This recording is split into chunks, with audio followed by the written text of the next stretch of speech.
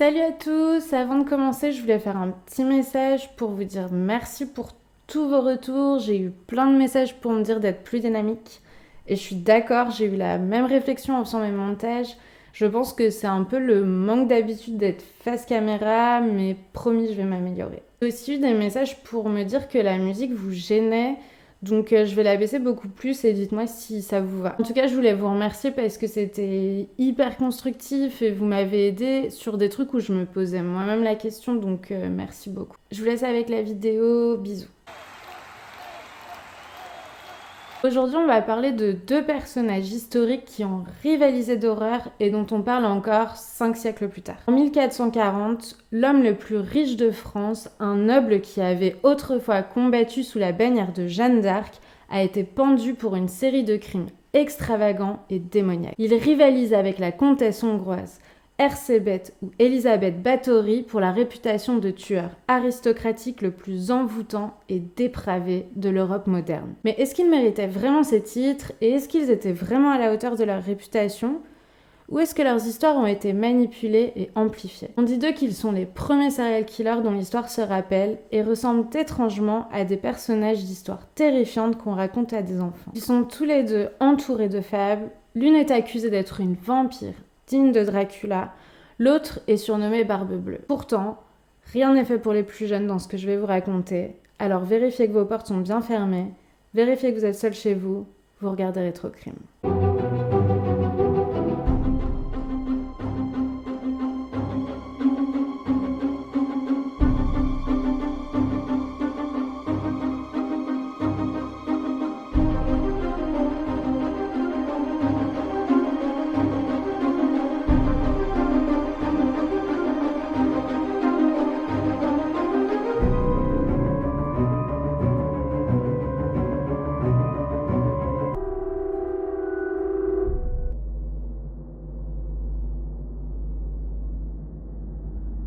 Le baron Gilles de Rais est né en 1404 et son enfance est marquée par la tragédie.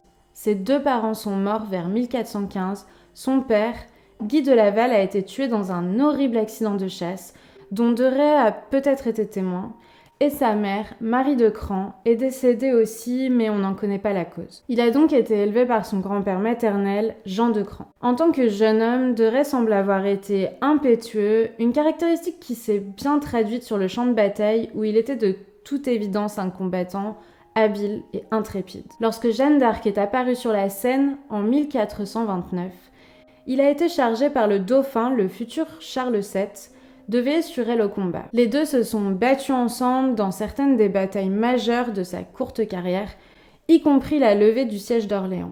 En 1429, il est nommé maréchal de France, c'est la plus haute distinction militaire française. Sa carrière militaire a commencé à se terminer avec la mort de Jeanne d'Arc en 1431, et il a passé plus de temps dans son domaine qui était parmi les plus riches de l'ouest de la France. De Rais a dépensé sa fortune de manière imprudente en payant des sommes énormes pour des décorations, des serviteurs et une importante suite militaire, et il commandait de la musique et des œuvres littéraires. Sa vente de terres familiales pour financer son style de vie extravagant a déclenché une lutte acharnée avec d'autres membres de sa famille, en particulier Jean de Cran. Pour se venger, il a laissé son épée et son armure au frère cadet de Gilles, René, à sa mort en 1432. Plus tard, de Rais semble avoir été de plus en plus préoccupé par la religion et son propre salut. En 1433, il finance la construction d'une chapelle pour le bonheur de son âme, qu'il appela la chapelle des Saints Innocents, et qui était dotée d'un chœur de garçon sélectionné par de Rais lui-même. Il a également enquêté sur l'occultisme comme moyen de sauver ses finances qui s'effondrent rapidement, employant une succession d'alchimistes et de sorciers. Entre-temps, des rumeurs avaient commencé à circuler. Des enfants avaient disparu dans les zones autour des châteaux de Rais, et de nombreuses disparitions semblaient être liées aux activités de Rais et de ses serviteurs.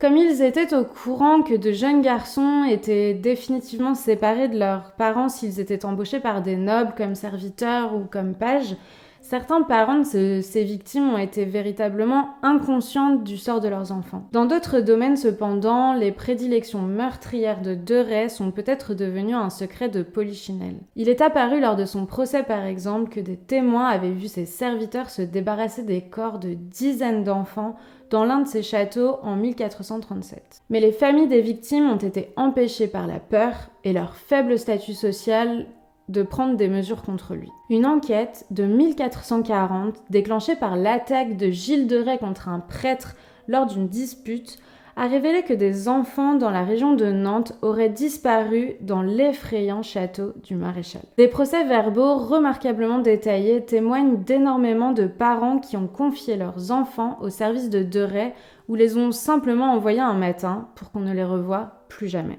Il est arrêté en septembre 1440 lorsqu'il a kidnappé le prêtre après leur dispute afin qu'il ne parle pas. Il a ensuite été jugé simultanément par un tribunal ecclésiastique et civil pour une série d'infractions, notamment l'hérésie, les pratiques déviantes et le meurtre de plus de 100 enfants. Le 28 septembre, l'audition d'une trentaine de parents débute et ils affirment tous avoir envoyé leurs enfants travailler chez le baron et ne plus jamais les avoir revus. Le samedi 8 octobre 1440, dans la salle basse du château de la Tourneuve, 10 plaignants de la séance du 28 septembre sont entendus de nouveau par la cour ecclésiastique. Il est alors accusé de rébellion, de pacte avec le diable et d'acte contre nature. Le baron nie et conteste qu'il y ait matière à procès, tout en s'affirmant comme vrai chrétien. On lui ordonne alors de dire la vérité et on menace de l'excommunier, mais il ne change pas d'avis. Le jeudi 13 octobre, donc 5 jours après, il est de nouveau entendu et réitère son innocence. Le procès est interrompu et De Ray est emmené par les forces de l'ordre. Finalement, lors de la reprise du procès, le samedi 15 octobre, un renversement décisif se produit puisque Gilles reconnaît avoir commis les crimes et les délits énoncés, puis demande en pleurant le pardon. Sous la menace de la torture, De Ray a avoué les accusations et a décrit avoir torturé rituellement des dizaines d'enfants kidnappés par ses serviteurs sur une période de près d'une décennie. Ses serviteurs et codéviants, Henriet et Poitou, ont avoué les choses les plus choquantes. Selon eux, De Ray accrochait les enfants par le cou à un crochet et abusait d'eux avant de les descendre, de les consoler et de recommencer jusqu'à les assassiner lui-même ou à le faire faire par ses serviteurs. Poitou a témoigné que les enfants victimes étaient assassinés parfois en les décapitant, parfois en les égorgeant, parfois en les démembrant, parfois en leur brisant le cou avec un bâton. Il ajoutera que Gilles de Rais laissait rarement un enfant en vie pour plus d'une soirée. Maintenant, il faut dire que les serviteurs ont été amenés à ces aveux par la menace de blessures physiques et que lorsque De Ray a renversé ses propres dénégations, il avait également été menacé de torture. Et si personne n'avait été torturé, on leur avait quand même fait comprendre qu'ils allaient avouer par la manière douce ou par la manière forte. Dans un monde sans médecine légale, les aveux étaient la preuve ultime et torturer pour les obtenir, c'était la procédure standard. Les 16 et 17 octobre 1440, 2 prêtres comparaissent devant la cour ecclésiastique. Ils sont tous les deux serviteurs de Gilles de Rais et affirment que leur maître s'adonnait à l'alchimie en vue de trouver la pierre philosophale. En plus des expériences alchimiques, l'un des prêtres déclare avoir tenté d'invoquer un démon familier nommé Baronne au château de Tiffauges en présence de Ray. Le 25 octobre 1940, sa condamnation est prononcée par la cour ecclésiastique dans la grande salle supérieure du château de la Tourneuve. Gilles de Rais a été excommunié pour apostasie hérétique, invocation des démons et crimes et vices contre nature avec des enfants. La sentence de la cour ecclésiastique attribue à Gilles de Rais le meurtre de 140 enfants ou plus. Lui et ses 2 valets sont condamnés à être pendus puis brûlés. À sa demande, Pierre de l'Hôpital lui accorde 3 faveurs. Le jour de l'exécution, les familles des victimes pourront organiser une procession. Il sera exécuté avant ses complices et son corps ne sera pas entièrement brûlé pour être inhumé en terre d'église au monastère de Notre-Dame des Carmes de Nantes. Les 2 prêtres, eux, sont condamnés à la prison à vie. Le lendemain matin, mercredi 26 octobre, après une messe à la cathédrale Saint-Pierre et Saint-Paul de Nantes, l'exécution est accomplie en prairie de Biesse, tandis que ses valets, Poitou et Henriet, sont laissés sur le bûcher.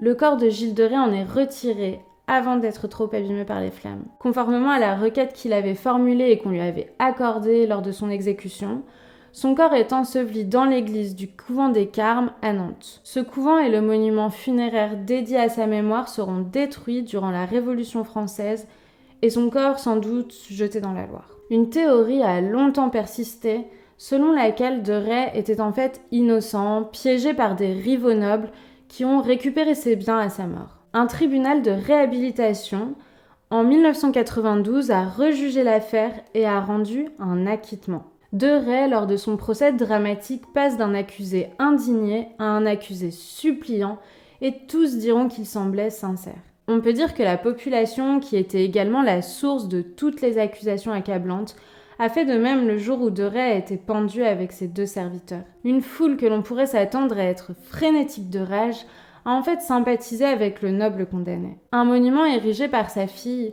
est devenu un lieu de pèlerinage populaire non autorisé jusqu'à ce qu'il soit détruit pendant la Révolution française. À l'image d'autres personnalités historiques comme le prince breton Conomor ou le roi Henri VIII d'Angleterre, Gilles de Rais était fréquemment associé aux protagonistes de la Barbe Bleue dans les contes de Perrault. Il se pourrait que l'histoire soit inspirée de lui, certains indices le laissent penser, comme le fait que l'auteur précise qu'il s'agit d'une histoire vraie, lorsque d'habitude il précise que ces histoires sont des contes. Jusqu'à ce jour, sa légende persiste. Il est représenté dans un manga japonais, Fate, qui illustre des visions contemporaines du maréchal sanguinaire. Il a vécu une véritable chute de grâce puisque sa carrière exceptionnelle de soldat de la guerre de 100 ans et de compagnon d'armes de Jeanne d'Arc aurait suffi à garantir sa place dans l'histoire en tant que héros. Mais on se rappelle de lui comme de l'ogre, kidnappeur d'enfants. La vérité se situe peut-être quelque part entre les 2 versions de lui. Quelques dizaines d'années plus tard,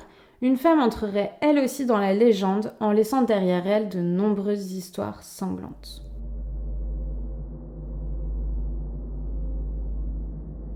Au XVIe siècle, la Hongrie était en proie à la famine et la misère. Les guerres contre les Turcs étaient incessantes, la superstition et la sorcellerie tenaient une grande part dans les croyances de l'époque, et c'est dans ce contexte qu'a vécu la comtesse Erzsébet Báthory, aussi appelée Élisabeth, accusée en 1611 d'avoir torturé et assassiné des centaines de jeunes filles. Élisabeth est une comtesse hongroise de la famille princière des Báthory, née le 7 août 1560 et morte le 21 août 1614. Elle passe son enfance au château d'Ecsét et à 11 ans, elle est promise en mariage à Ferenc Nadasdy, et confiée à sa future belle-mère qui la prépare à son futur devoir d'épouse. Elle emménage au château de Sarvar où elle aurait eu une amourette avec un paysan et aurait accouché d'une fille malheureusement morte à la naissance. Puis en 1575, à l'âge de 15 ans, elle se marie avec Nadasdy. Selon la légende, comme toutes les femmes superbes, elle craignait de vieillir. Un jour, elle avait sans doute découvert son premier cheveu blanc et donna une gifle retentissante à une servante maladroite qui se mit à saigner du nez. Quelques gouttes tombèrent sur la main de la comtesse et en l'essuyant, elle eut l'impression qu'à l'endroit où le sang était tombé, la peau était plus blanche, plus lisse, plus douce au toucher. Et de là, l'idée que la jeunesse prolongée dépendrait du sang de jeunes filles s'est installée. On raconte qu'elle se baigne dans le sang de jeunes paysannes et qu'un ou une de ses complices aurait créé une invention démoniaque, ancêtre de la Vierge de Nuremberg, une sorte de cage percée de clous qui laissait couler le sang en filets minces, permettant de le récolter pour en prendre un bain. Ces nettoyages sont ce dont on se souvient le mieux de la comtesse de sang. Mais aussi frappant que soit le visuel, c'est une atrocité qui n'apparaît pas dans les dossiers du procès. Le 29 septembre 1610, Élisabeth Báthory ainsi que 4 de ses serviteurs, accusés d'être ses complices, sont arrêtés. On dit que les forces de l'ordre auraient trouvé le corps d'une fille morte et celui d'une mourante. Une autre femme serait retrouvée blessée et d'autres enfermées. Élisabeth Báthory est censée être responsable de plus de 600 morts, commençant pendant que son mari était en campagne militaire, puis se poursuivant dans une opération de gros après sa mort. Le roi hongrois Matthias II a convoqué un tribunal qui a examiné 200 à 300 témoins. Il s'agissait de servantes pour la plupart, Mais aucun n'appartenait à la comtesse, ils travaillaient chez des seigneurs voisins, parfois bien éloignés de celui des Bathory. Et presque tous n'avaient d'ailleurs jamais mis les pieds au château de la comtesse. Il n'y avait en fait aucun témoin direct. Les déclarations étaient remplies de « j'ai entendu dire que », selon les rumeurs, ou si j'en crois un domestique de la comtesse. Les témoins parlent de supplices divers, mais aucun ne lance d'accusation selon laquelle la comtesse aurait pris des bains de sang humain ou l'aurait bu. On ne trouve ce détail dans aucun procès verbal, aucune correspondance. Certains affirment que c'est parce que les faits ont été passés à la censure judiciaire pour ne pas choquer les gens, mais vu les exécutions de l'époque, on peut se demander si c'est vrai. Le procès débute le 2 janvier 1611 et est mené avec une rapidité impensable. Aujourd'hui, il est considéré comme une parodie de procès. L'emploi de la torture forçait les accusés à reconnaître n'importe quoi et les aveux en menèrent 3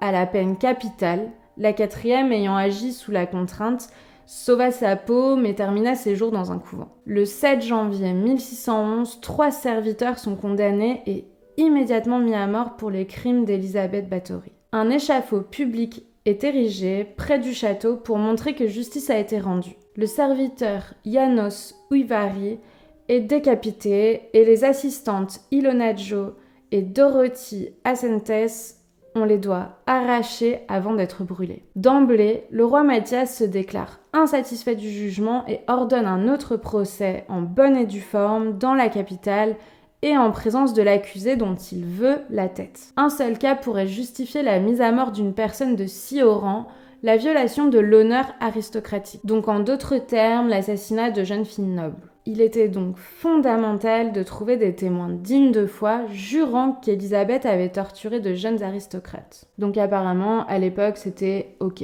de tuer des servantes, juste pas des nobles. Super. En décembre 1611, il fait interroger une douzaine de membres de la noblesse, dont certains proches de la comtesse. L'histoire des supplices bien connus revient. Certains parlent de tortures appliquées à de jeunes nobles, mais leurs témoignages, comme ceux de février-mars 1611, dépendent de oui-dire. Le second procès sera donc annulé et Élisabeth, jamais poursuivie au tribunal, restera assignée à résidence dans une seule pièce de son château. Le 21 août 1614, 3 ans plus tard, Élisabeth Bathory meurt dans son château. Elle est enterrée dans une église non loin de là. Il existe 2 écoles de pensée dans cette histoire.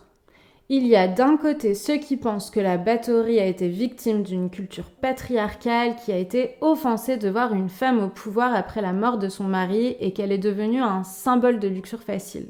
Pourtant, elle a vraiment attiré des jeunes filles dans son château et leur a infligé beaucoup de sadisme, comme les piquer avec des aiguilles pour drainer leur sang. Elle a même tenu un journal des victimes de sa propre main. Ce sont des preuves irréfutables des crimes commis par la comtesse. Toutefois, la légende de cette femme a été amplifiée, tordue et reconfigurée par la culture populaire.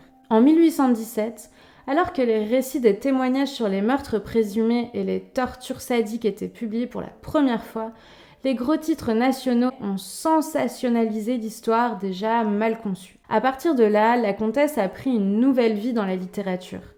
Les frères Grimm ont écrit une nouvelle sur elle.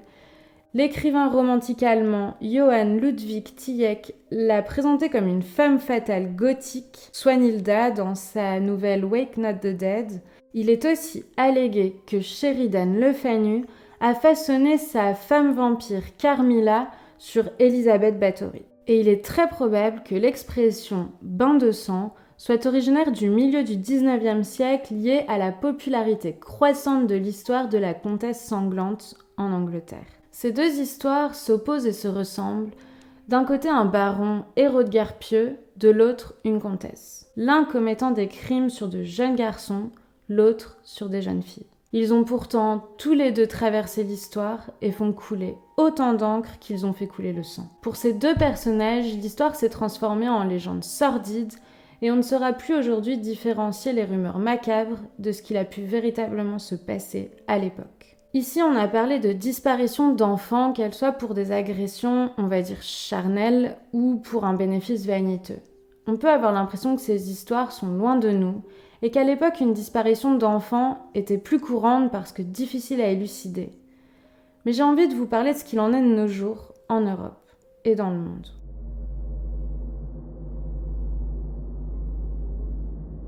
L'association Missing Children Europe nous donne des chiffres effrayants sur les disparitions d'enfants en Europe et dans le monde. 250 000 enfants sont portés disparus chaque année en Europe. 33% des enfants portés disparus en 2020 ont été retrouvés par la police. Dans ces 33%, 38% des enfants sont revenus d'eux-mêmes, 20% ont été retrouvés par une tierce personne. 2509 enfants ont disparu à cause de violences, d'abus ou de négligence en 2021. Il existe un lien évident entre les enfants confrontés à la violence et à la maltraitance et les enfants qui fuient, souvent de façon répétée, vers des situations qui ne font qu'aggraver leur vulnérabilité. Pour un exemple plus concret, en 2021, il y a eu pas moins de 54 655 appels portant sur des cas d'enfants disparus, dont 13% datant des années précédentes. 57% de ces cas concernent des fugues. 26% sont des cas d'enlèvement parentaux. 6% sont liés au phénomène des migrations d'enfants. 2% représentent des enfants égarés ou blessés. 8% sont des disparitions d'autres types.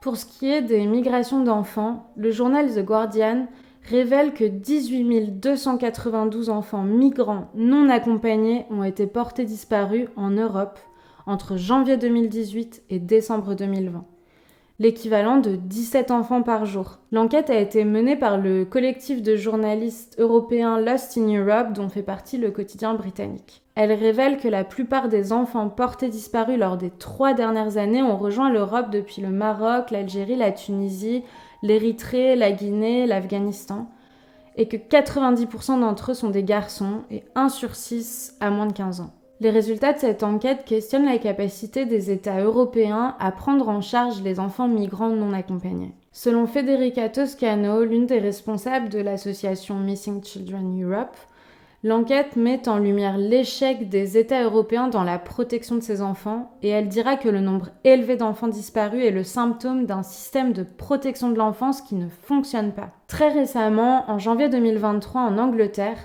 76 enfants demandeurs d'asile non accompagnés ont été portés disparus dans le sud à Brighton. On peut vraiment se demander où ils disparaissent et si la cause en est criminelle. Pour ce qui est des enfants dont les disparitions sont d'origine criminelle, il n'existe aucun recensement, aucune donnée concrète existante en France ou en Europe.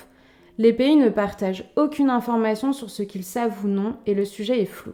Pourtant, l'Europe est une véritable plaque tournante du contenu en ligne inapproprié avec des enfants. Le rapport annuel de Internet Watch Foundation estime que 76% de ce matériel se trouvera en Europe, avec les Pays-Bas en tête.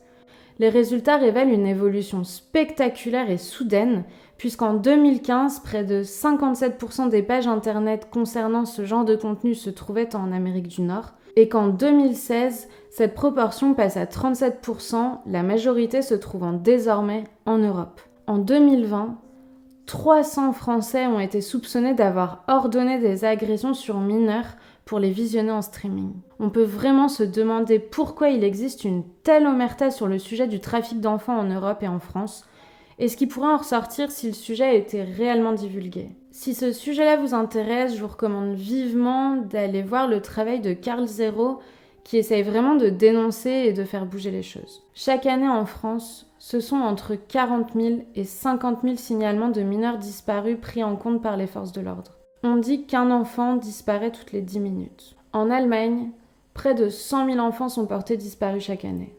Au Royaume-Uni, environ 113 000 enfants sont portés disparus tous les ans.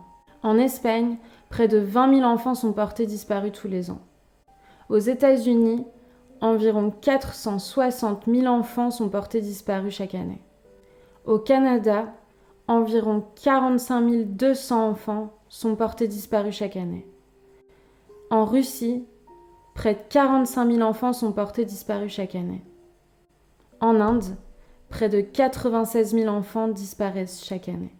Le 25 mai, c'est la journée internationale des enfants disparus qui permet de sensibiliser la population à ces drames. Le 116 000 ou 116 000, C'est un numéro gratuit et européen disponible 7 jours sur 7 qui permet aux familles de retrouver un enfant. Il a traité près de 1200 dossiers en 2019. Il apporte une aide sociale et psychologique aux familles, offre un accompagnement et assure la prise en charge des parents en détresse. Voilà, c'est tout pour cette vidéo, j'espère qu'elle vous a plu. Ces deux histoires sont plus connues que mes autres vidéos, mais je les trouvais vraiment intrigantes et j'avais envie d'en parler avec vous et d'avoir votre avis. Donc n'hésitez pas à me dire en commentaire lequel de ces deux personnages historiques vous trouvez le plus effrayant. Si le cœur vous en dit, le 25 mai, n'hésitez pas à partager la journée internationale des enfants disparus parce que parfois, un peu de sensibilisation autour de nous, ça peut aider à faire la différence. Merci à tous pour votre soutien sur mes dernières vidéos, à tous ceux qui sont abonnés et qui m'ont laissé des commentaires. Franchement, vous êtes tous géniaux. J'ai hâte d'avoir de vos nouvelles. En attendant, je vous dis à la semaine prochaine. Vous avez regardé Rétrocrime.